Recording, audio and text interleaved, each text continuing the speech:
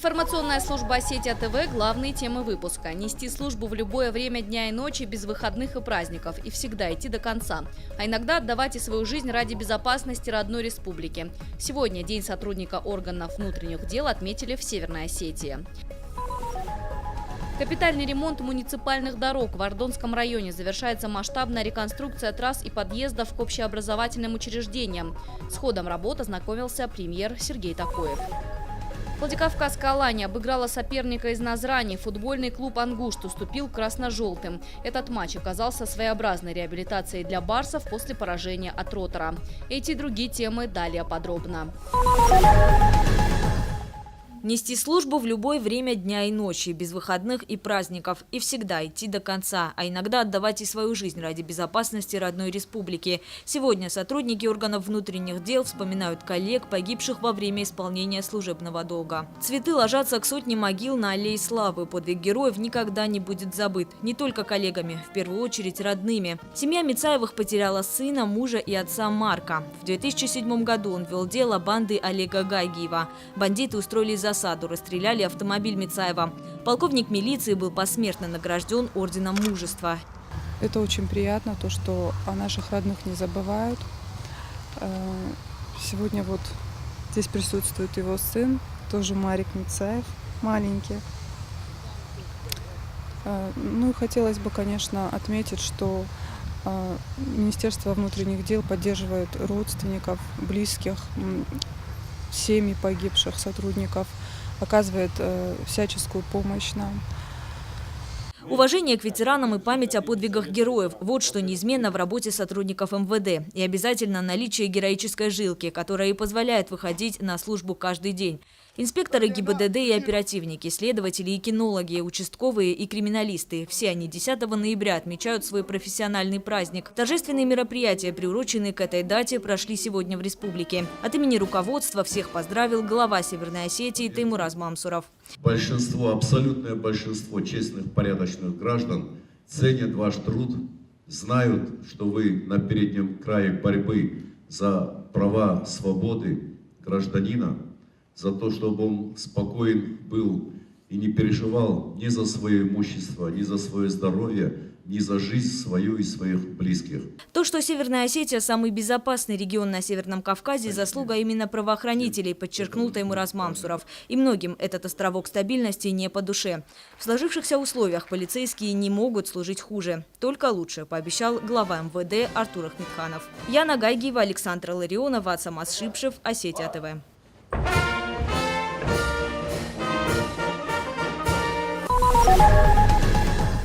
Укладка новых дорог в Ардонском районе на стадии завершения. Здесь на протяжении нескольких месяцев круглые сутки трудятся сразу две подрядные организации. В приоритете реконструкция трасс, по которым ходит общественный транспорт, а также подъездов к образовательным учреждениям. С ходом работ сегодня ознакомился председатель правительства Северной Осетии Сергей Такоев. Здесь уже все выполнено на 70%. Все подъезды к школам, к детским садам, там, где маршрутные автобусы проходят по Ардону. Эти все улицы, вы видели, очень качественно и хорошо сделаны. Мы на правительстве приняли решение, что не трогать дорожный фонд. Как бы тяжело не было, будем изыскивать другие ресурсы какие-то на социальные вопросы, на выплаты зарплат. И не стали трогать дорожный фонд и выбрать, что программу сделать за 3-4 года. На объектах работают и РАВ-Трансстрой, и Ардонское дорожное ремонтно-строительное управление. Специалисты трудятся в режиме нон-стоп, чтобы не отставать от графика. При том, что деньги они получат только в 2015 году. Всего на этот район выделено 40 миллионов рублей. Общая протяженность тех дорог, которые будут отремонтированы в этом году, порядка 15 километров по муниципальным дорогам. Для муниципальных дорог это огромное количество. И, как говорят местные старожилы, с 80-х годов такие работы именно масштабно не проводились. Здесь, на самом деле, дороги были в очень плохом состоянии. На сегодняшний день можем сказать, что мы эту ситуацию исправили. Укладку новых дорог здесь планируют завершить к концу ноября. Главное, говорят специалисты, чтобы погода не подвела. А уже в следующем году работы по реконструкции трасс начнут в Моздокском и пригородном районах. Тамила Хамицаева, Тимур Мазаев, Алан Гасанов, Осетия ТВ. Шоу Осетия ТВ.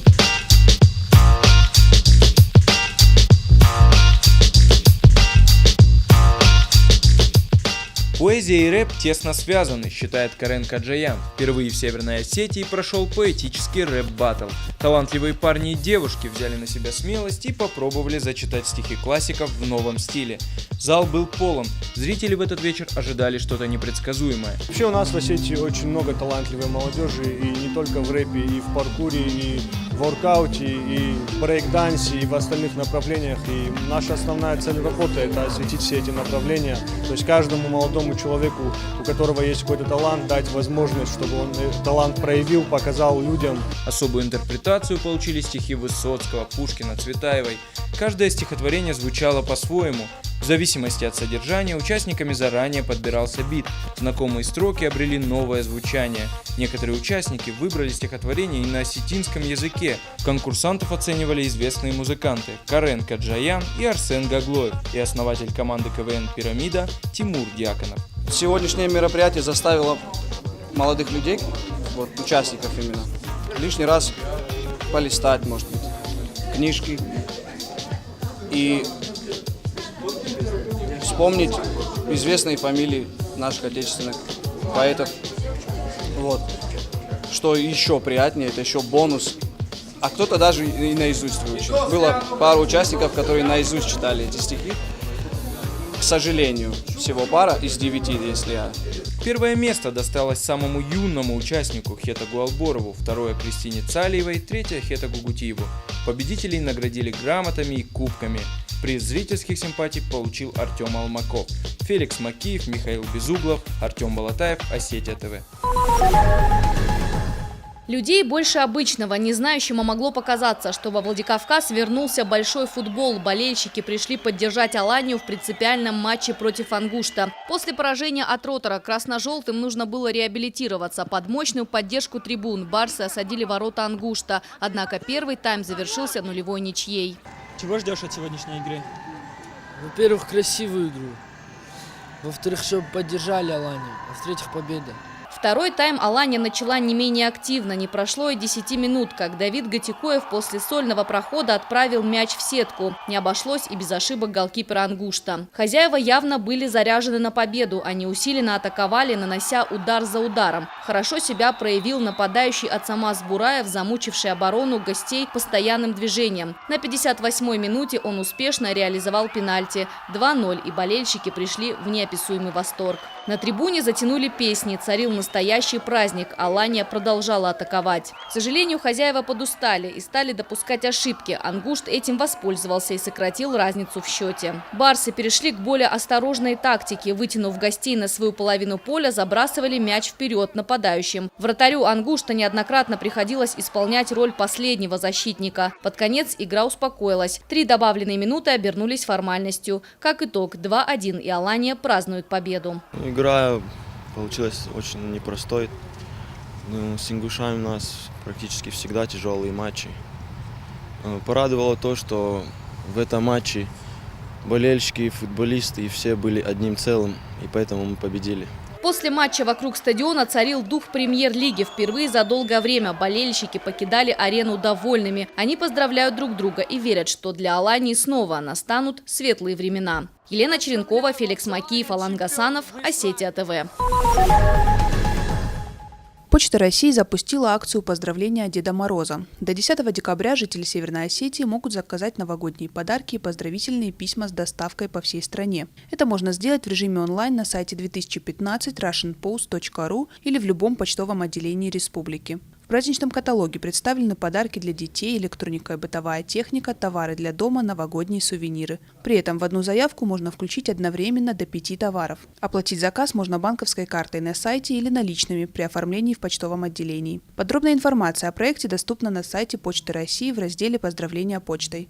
Фатима Макиева, Савелий Зангиев, Осетия ТВ.